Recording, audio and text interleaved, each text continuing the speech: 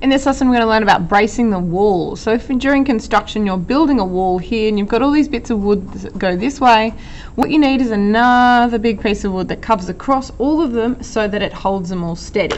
Now, these particular braces have to be at a certain angle to the floor. Okay, it's really important that the angle is measured up from the floor.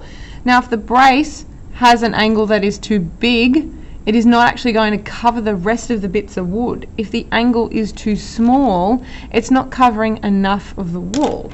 So what happens is there's an industry standard for safe braces, and that is between 37 degrees all the way to 53 degrees. Okay, so the angle that is made by the brace from the floor must be between these angles.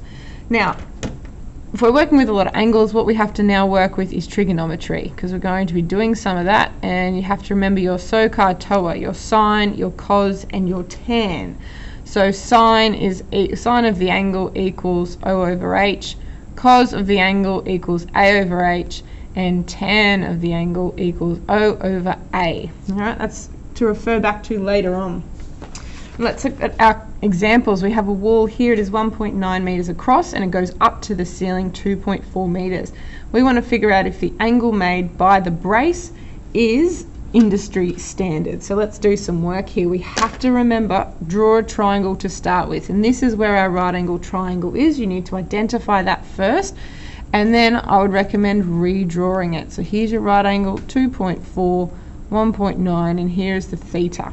So based on that, we have our opposite side from the angle. It is opposite the angle. We also have a side that is adjacent to the angle. So we need an O and an A, and the rule with O and A in it is tan of theta. So that's where we're going to begin. Tan of theta equals O over A. Now, we don't have the angle, that's what we're trying to find, but we do have the opposite side and the adjacent side. So here's your opposite side, here's your adjacent side.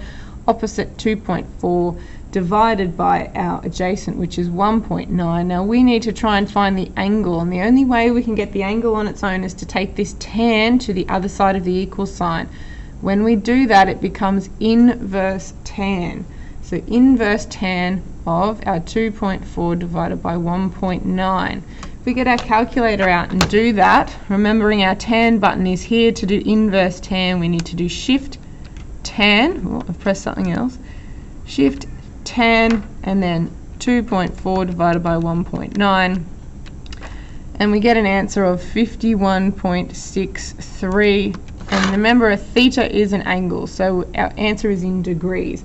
Now we know that, I'll just focus this angle now, there we go, this angle fits within our industry safe standards, therefore this is a safe angle, right? It fits, it all works.